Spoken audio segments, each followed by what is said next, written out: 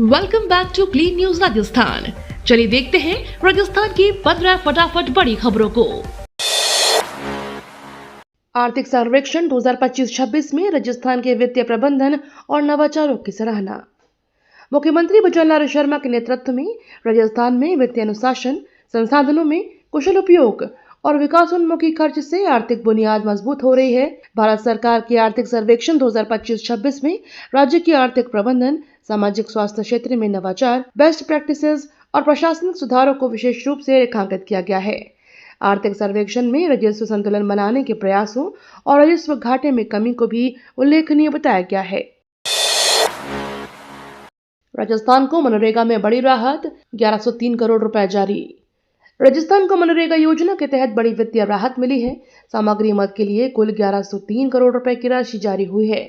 इसमें केंद्र सरकार का 827 करोड़ रुपए का अंश और राज्य सरकार का 275 करोड़ रुपए का योगदान शामिल है। इस स्वीकृति राशि में मनरेगा के लंबित सामग्री बिलों का भुगतान किया जाएगा। मांग और व्यय प्रगति के आधार पर जिलों को सीधे आवंटन मिलेगा, जिससे ग्रामीण रोजगार मजबूत होगा और विकास कार्यों में तेजी आएगी। इसके साथ ही 100 दिन का रोजगार पूरा करने वालों को CMREGS के तहत 25 से 50 दिन अतिरिक्त काम मिलेगा। सीएम भजनलाल शर्मा फिर पहुंचे 181 हेल्पलाइन सेंटर, शिकायत निस्तारण के निर्देश। 181 हेल्पलाइन पर आने वाली शिकायतों को लेकर मुख्यमंत्री भजनलाल शर्मा सख्त नजर आ रहे हैं। शुक्रवार को वे सचिवालय स्थित लाइब्रेरी बिल्डिंग में संचालित 181 हेल्पलाइन कॉल सेंटर पहुंचे और वहां की कार्यप्रणाली का गहन निरीक्षण किया। उन्होंने कॉल सेंटर पर दर्ज होने वाली शिकायतों, उनके निस्तारण की प्रक्रिया और समयबद्ध समाधान की स्थिति की विस्तार से समीक्षा की। इस दौरान सीएम ने आमजन से सीधे संवाद कर उनकी समस्याएं सुनी और अधिकारियों को शीघ्र समाधान के निर्देश दिए। राजस्थान के 12 जिलों में शीतलहर चेतावनी, पश्चिमी विक्षोभ होगा सक्रिय। राजस्थान में मौसम का मिजाज बदलने वाला है। मौसम केंद्र ने राज्य के 12 जिलों में शीतलहर की चेतावनी जारी की है। विभाग के अनुसार एक पश्चिमी विक्षोभ सक्रिय होगा, जिसके प्रभाव से अजमेर, कोटा, जयपुर, भरतपुर संभाग और शेखावटी क्षेत्र में मेघ गर्जन, आकाशीय बिजली और हल्की से मध्यम बारिश होने की संभावना है। 1 और 2 फरवरी को भी उत्तरी और पूर्वी राजस्थान के कई हिस्सों में बारिश का अनुमान है, जिससे ठंड और बढ़ सकती है। गेहूं खरीद पर किसानों को बड़ी राहत, MSP के लिए टोल फ्री हेल्पलाइन जारी। गेहूं खरीद को लेकर किसानों के लिए बड़ी सुविधा शुरू हो चुकी है। MSP पर गेहूं खरीद से जुड़ी समस्याओं के समाधान के लिए टोल फ्री हेल्पलाइन नंबर 14435 जारी किया गया है, जिस पर किसान राज्य के कार्य दिवसों में सुबह 10 बजे से शाम 5 बजे तक संपर्क कर सकते हैं। रबी विपणन सीजन 2026-27 में 10 मार्च से 30 जून तक खरीद होगी। प्रदेश में 383 केंद्र बनाए गए हैं। गेहूं का न्यूनतम समर्थन मूल्य 2585 रुपए प्रति क्विंटल तय किया गया है। UTS और रेल 1 टिकट के स्क्रीनशॉट अमान्य, लाइव टिकट दिखाना अनिवार्य। रेल यात्रा के दौरान अनारक्षित टिकट को लेकर रेलवे प्रशासन ने सख्त दिशा निर्देश जारी किए हैं। अब UTS या रेल 1 मोबाइल ऐप से बनाए गए टिकट का स्क्रीनशॉट मान्य नहीं होगा। यात्रियों को जांच के समय मोबाइल में लाइव टिकट ही दिखाना अनिवार्य होगा। यदि कोई यात्री स्क्रीनशॉट के आधार पर टिकट दिखाने का प्रयास करता है तो उसे बिना टिकट यात्रा करने की श्रेणी में रखा जाएगा और नियमानुसार आर्थिक जुर्माना लगाया जाएगा। रेलवे ने यात्रियों से नियमों का पालन करने की अपील की है। PMKSY 2.0 से अलवर के 22 गांव में जल संकट हुआ समाप्त। प्रधानमंत्री कृषि सिंचाई योजना 2.0 के तहत अलवर जिले के राजगढ़ क्षेत्र में जल संरक्षण के कार्यों से किसानों और ग्रामीणों के चेहरों पर मुस्कान लौट आई है। वाटरशेड विकास और मृदा संरक्षण विभाग ने बीते 2 वर्षों में बारिश के पानी को संरक्षित करने के लिए कई संरचनाएं बनाई, जिनसे भूजल स्तर में सुधार हुआ। लंबे समय से सूखे हुए कुएं फिर से भरने लगे हैं और कई स्थानों पर बरसात के पानी में ओवरफ्लो तक हो रहा है। जल जीवन मिशन 2 से बाड़मेर में घर घर पहुंचेगा पानी, अधूरे काम पूरे होंगे। जन स्वास्थ्य अभियांत्रिकी मंत्री कन्हैयालाल चौधरी ने विधानसभा में बताया कि जल जीवन मिशन 2 के तहत बाड़मेर जिले में लंबित कार्यों को निर्धारित समय सीमा में पूरा किया जाएगा। पूर्व सरकार के कार्यकाल में अनियमितता और भ्रष्टाचार के कारण कई परियोजनाएं अधूरी रह गई हैं। केंद्र सरकार ने शेष कार्यों को गति देने और ग्रामीणों तक घर घर पानी सुनिश्चित करने के लिए मिशन 2 की शुरुआत की है। 27 तक सभी अधूरे कार्य पूरे होने तक का लक्ष्य रखा गया है। माउंट आबू और आसपास क्षेत्र में भूकंप के झटके, लोग घरों से बाहर निकले। माउंट आबू सहित आसपास के क्षेत्रों में शुक्रवार शाम 7:23 पर भूकंप के झटके महसूस किए गए। अचानक धरती धूजने से लोग घबराकर अपने घरों से बाहर निकल आए। माउंट आबू, अचलगढ़, औरिया, गुरु शिखर, देलवाड़ा सहित कई क्षेत्रों में भूकंप की पुष्टि हुई है।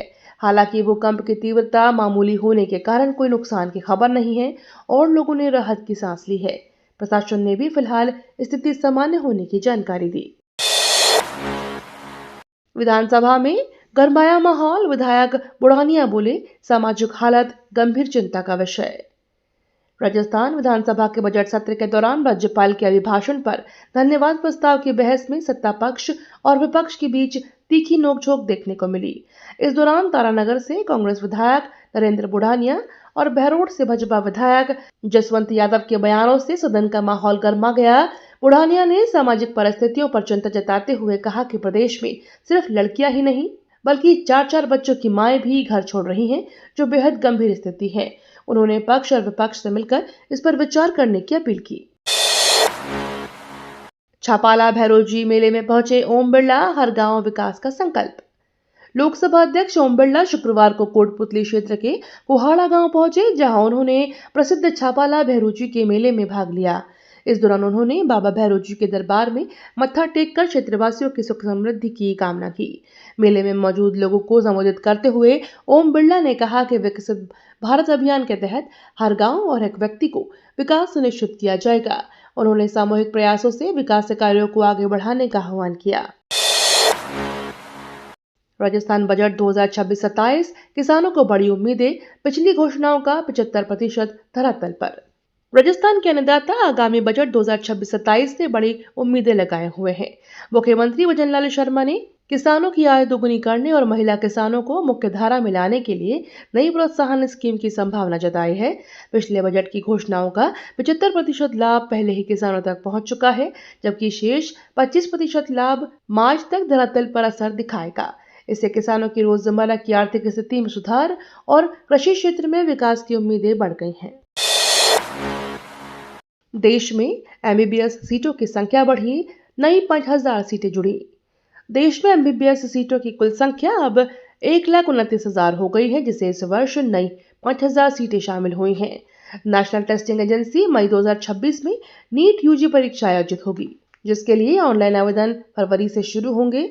इस परीक्षा के माध्यम से मेडिकल, डेंटल, आयुष और नर्सिंग कोर्सेज में प्रवेश मिलेगा। छात्रों में सबसे अधिक मांग एमबीबीएस सीटों की रहती है, इसलिए इस वृद्धि से मेडिकल शिक्षा के अवसर बढ़ेंगे।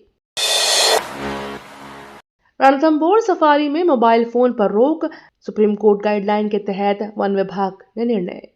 रणथंभौर नेशनल पार्क में सफारी के दौरान अब पर्यटक मोबाइल फोन का उपयोग नहीं कर पाएंगे। वन विभाग ने सर्वोच्च न्यायालय की गाइडलाइन का पालन करते हुए मोबाइल फोन के उपयोग पर पूरी तरह से रोक लगा दी है। यह कदम पार्क के वन जीवों और पर्यावरण की सुरक्षा को सुनिश्चित करने के लिए उठाया गया है। अधिकारियों ने पर्यटकों से नियमों का पालन करने और सुरक्षा दिशा निर्देशों का सम्मान करने का अनुरोध किया है। भूमि अधिग्रहण के खिलाफ नींदड़ में 435वें दिन धरना, शहीद दिवस पर प्रदर्शन। जेडीए और राज्य सरकार द्वारा नींदड़ में किए जा रहे भूमि अधिग्रहण के विरोध में अनिश्चितकालीन धरना शुक्रवार को 435वें दिन भी जारी रहा। शहीद दिवस के अवसर पर नींदड़ बचाओ युवा किसान संघर्ष समिति के आह्वान पर बड़ी संख्या में किसान और महिलाएं धरना स्थल पर एकत्र हुई और जोरदार प्रदर्शन किया। प्रदर्शनकारों ने सरकार के खिलाफ नारेबाजी कर अपना आक्रोश जताया। पुलिस कार्यवाही से किसान आहत बताए जा रहे हैं और आंदोलन जारी रखने का संकल्प लिया गया है।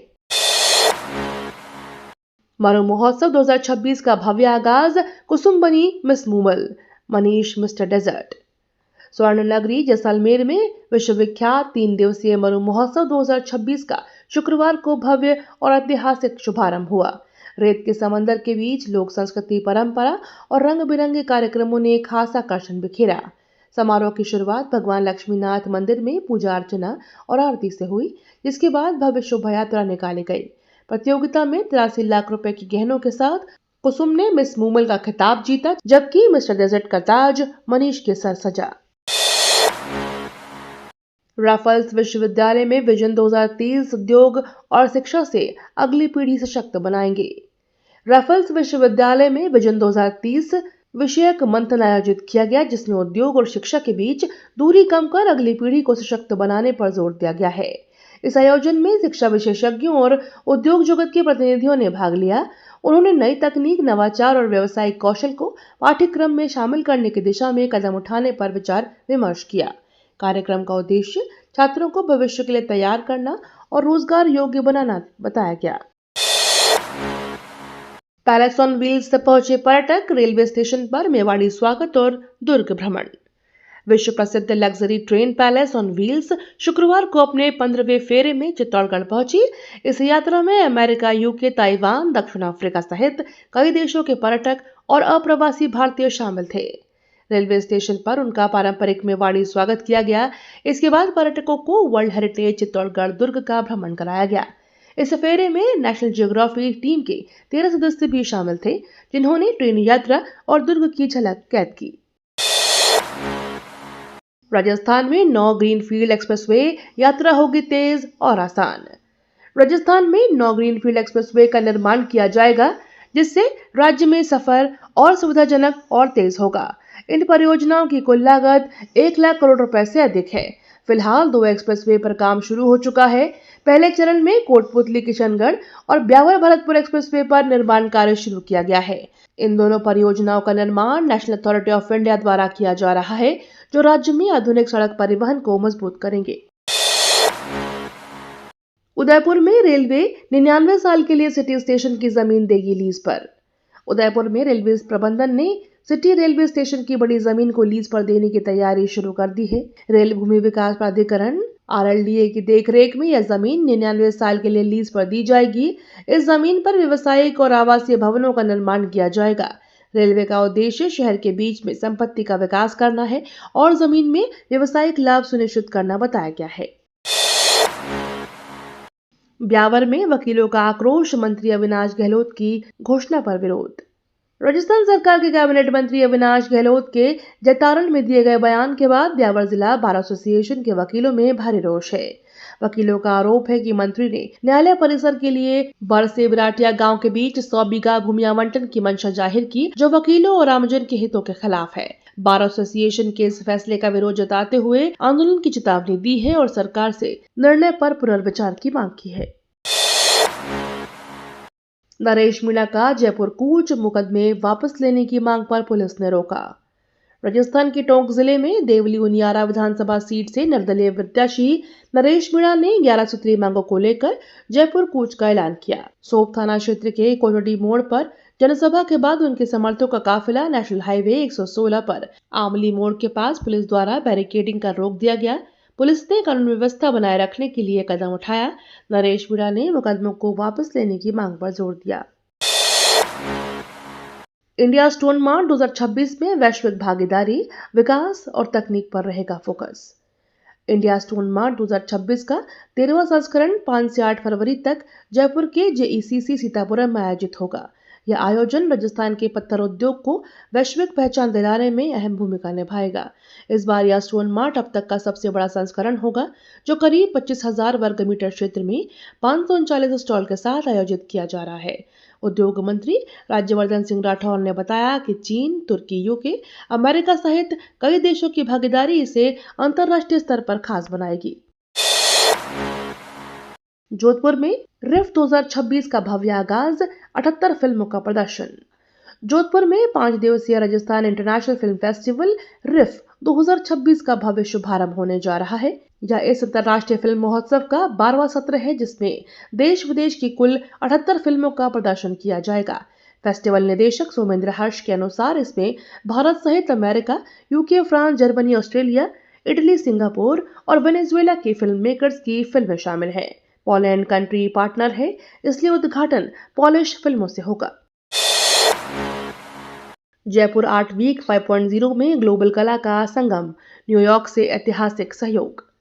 यूनेस्को विश्व धरोहर शहर जयपुर में जयपुर आर्ट वीक का 5वां संस्करण 27 जनवरी से शुरू होकर 3 फरवरी तक चलेगा।